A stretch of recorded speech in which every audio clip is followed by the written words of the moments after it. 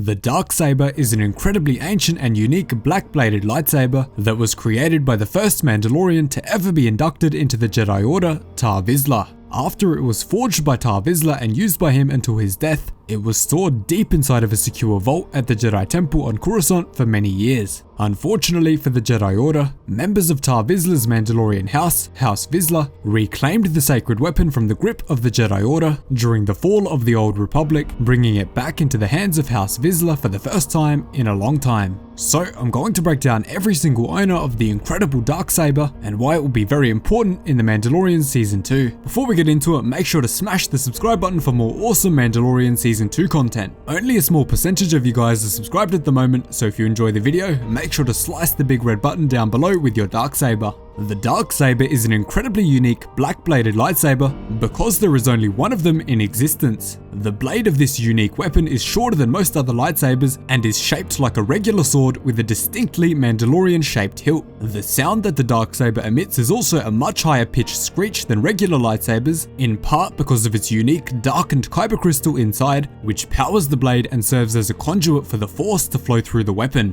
Awesomely, the blade of the Darksaber has a unique electrical effect which becomes extremely intensified when the user of the weapon becomes enraged or angry. Finally, the blade also becomes much lighter once its user gains more and more experience with it and attracts other lightsaber blades towards its core with an almost magnetic pull. The Darksaber is respected by all Mandalorians as a symbol for the leadership of House Vizsla and also on most occasions for all of Mandalore. So who was the first to hold the Darksaber after Tar Vizsla? After the Darksaber was stolen back from the Jedi Order by House Vizsla, descendants of this ruthless Mandalorian house used the weightless blade to slaughter countless Jedi and to rule the whole of Mandalore for many years without challenge. During the Clone Wars, the Darksaber came into the hands of the governor of Concordia, which is the moon of the ravaged planet Mandalore. Concordia's governor, Pre Vizsla, was also the secret leader of an extreme Mandalorian group known as the Death Watch, who sought to overthrow the peaceful rule of Duchess Satine Kryze, who had come into power on Mandalore through a peaceful form of government, which was in stark contrast to Mandalore's warrior past. The second in command to Death Watch also happened to be the sister of Duchess Satine Kryze, Bo-Katan Kryze. Eventually, Pre Vizsla's affiliation with the Death Watch group was discovered, causing a fierce confrontation between Vizsla and Jedi Knight Obi-Wan Kenobi,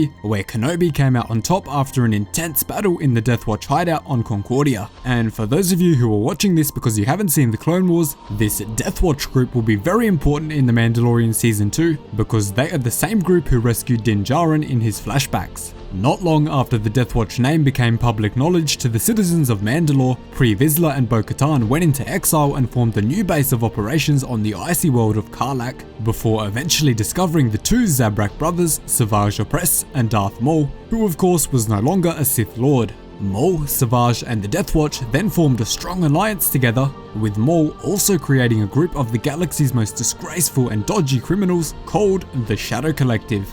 This Shadow Collective included the Pike Syndicate, the Hutt Clan, and also the Black Sun Crime Syndicate. It also later went on to include the Crimson Dawn Crime Syndicate, which you may remember from Solo, a Star Wars story.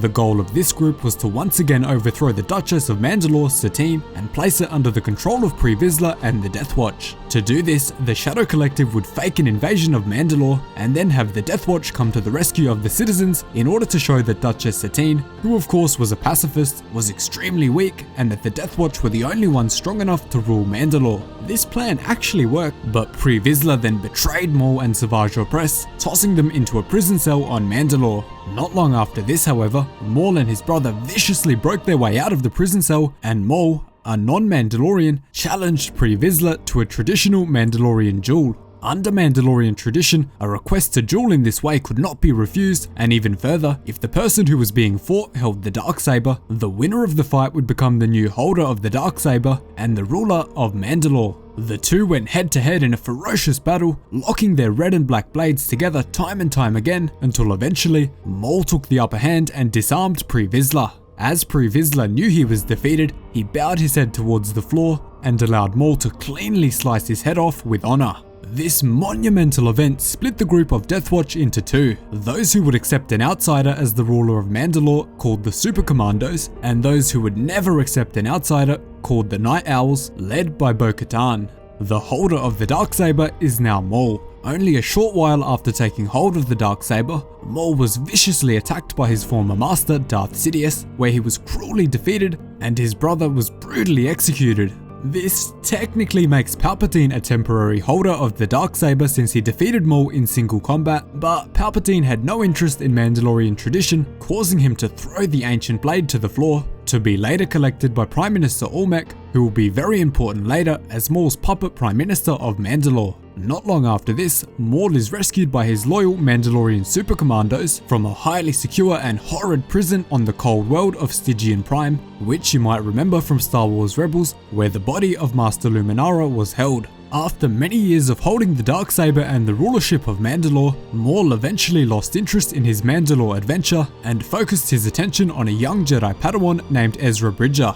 Because of this, he left the Darksaber to rot in his lair on his homeworld of Dathomir, where it was picked up and taken hold of by the rebel Mandalorian named Sabine Wren. Now, because she didn't defeat Maul in single combat to obtain the blade, she wasn't technically the holder, but she was considered the holder by the rebels for this time. After returning from Dathomir to the rebel base on Atollon, Sabine Wren handed the Darksaber to Kanan Jarrus, a survivor of the Great Jedi Purge and the master of Ezra Bridger, because she did not believe that she was ready to rule Mandalore and unite all of Mandalore's houses under one leader. At this point, Sabine was in exile from her own Clan Wren because she left the Imperial Academy to join the rebels at a young age after having designed a weapon that could melt Mandalorians in their Beskar armor, making her believe that she was a traitor to her own people. Sabine eventually traveled to a remote location on the planet Atollon to train her combat skills with the Dark Blade, hoping to be able to defend herself with it, knowing that it would put a massive target on her back. After training and becoming proficient with the blade, Sabine traveled back to her homeworld, the Mandalorian world of Cronest, where she hoped to repair the strained relationship with her family in Clan Wren.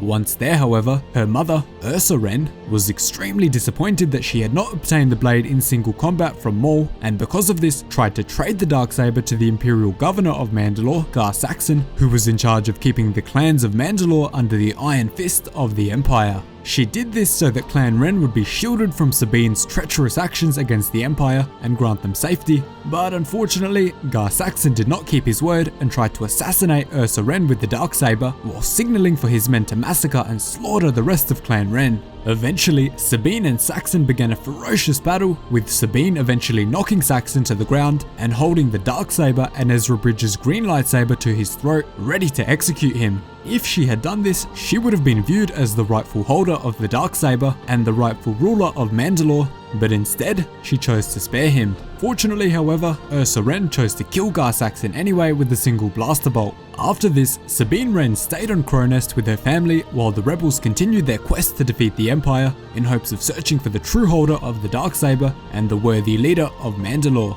Not long after, Sabine led a mission to the planet Mandalore to rescue her father, who had been taken as a political prisoner by the Empire. While there, she encountered Bo-Katan, the former member of Death Watch, and offered her the blade, but to no avail. Eventually, however, after Sabine was able to destroy the superweapon which she created for the Empire to decimate all Mandalorians, she convinced Bo-Katan to take hold of the Darksaber. In doing this, Bo-Katan accepted the rulership of Mandalore and united all of its clans together in honor of her fallen sister, Satine. Unfortunately, however, by the year 9 ABY, a cataclysmic event known as the Great Purge took place on Mandalore, where the Empire had slaughtered many Mandalorians, causing them to hide out in the sewers of backwater planets and never remove their helmets to remain anonymous. Unfortunately, we don't know what happened during this event yet, but we'll certainly find out in The Mandalorian Season 2, where Bo-Katan is already rumored to appear, played by Katie Sackhoff. During this event, Imperial Moff Gideon somehow acquired the weapon and used it to escape his ship after a confrontation with Din Djarin.